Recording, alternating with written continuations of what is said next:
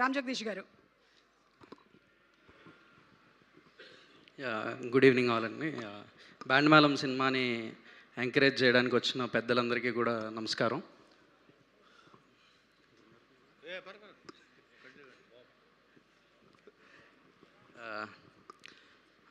ఇక్కడ గెస్ట్గా వచ్చానన్నది అయితే అబద్ధం. నేను గెస్ట్గా రాలేదు. ఇది నా సినిమా, ఏదో ఓన్ ఫీలింగ్, ఓ సొంత సినిమా అనే ఫీలింగ్తో వచ్చా.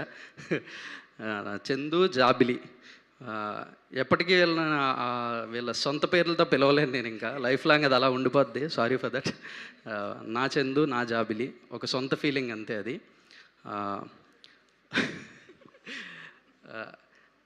వీళ్ళిద్దరూ యాక్టర్స్గా ఉంటే డైరెక్టర్లకు వచ్చే ఒక కాన్ఫిడెన్స్, ఒక డెబ్యూ డైరెక్టర్గా నేను అది ఎక్స్పీరియన్స్ చేశాను. చందు, జాబిలి వీళ్ళిద్దరు అంటే కోర్ట్ షూట్ చేస్తున్నప్పుడు, షూటింగ్ స్టార్ట్ చేసిన వెరీ సెకండ్ డే రోజు జాబిలికి రోహిణి గారు, సీతారత్నం రోహిణి గారికి మధ్య ఒక ఇంటెన్స్ ఎమోషనల్ సీన్, అంటే ఆ రూమ్లో ఏం జరగలేదమ్మా అని చెప్పే సీన్ ఉంటుంది, తిని ఏడవడం. అది షూట్ స్టార్ట్ చేసిన సెకండ్ డే షూట్ చేసాం.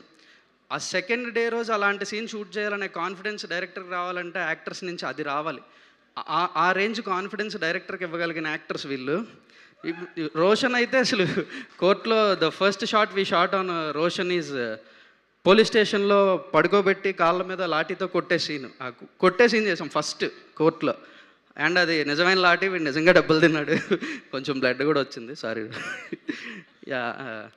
ఇలాంటి ఆర్టిస్టులు ఉంటే డైరెక్టర్లకు వచ్చే కంఫర్ట్, కాన్ఫిడెన్స్ చాలా చాలా బాగుంటుంది. అండ్ అది రిఫ్లెక్ట్ అవుతుంది కూడా స్క్రీన్ మీద. And now we are witnessing it.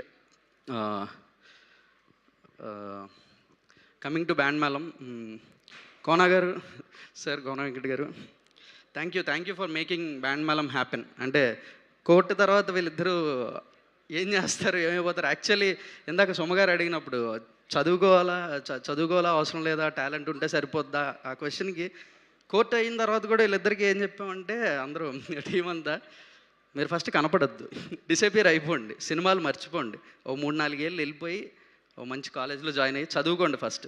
అంటే కాలేజ్కి వెళ్తే పుస్తకాల్లో ఏం చదువుకుంటారో తెలియదు, కానీ ఫస్ట్ కాలేజ్ చాలా నేర్పిస్తుంది, ఒక లైఫ్ నేర్పిస్తుంది కాలేజ్. మీరు వెళ్ళి ఫస్ట్ కాలేజ్కి వెళ్ళండి, కాలేజ్ లైఫ్ని మిస్ అవ్వద్దు. మీరు ఈ ఏజ్లో యాక్టింగ్లో ఉండిపోతే లైఫ్లో ఒక ఇంపార్టెంట్ ఫేజ్ మిస్ అయిపోతారు, గో టు కాలేజ్ అని చెప్పేవాళ్ళం. కానీ వీళ్ళు వెళ్ళలేదు, మా మాట వినలేదు అనుకోండి, అది వేరే విషయం. వింటే బ్యాండ్ మేళం రాదు. సో వినకపోయినందుకు థ్యాంక్స్.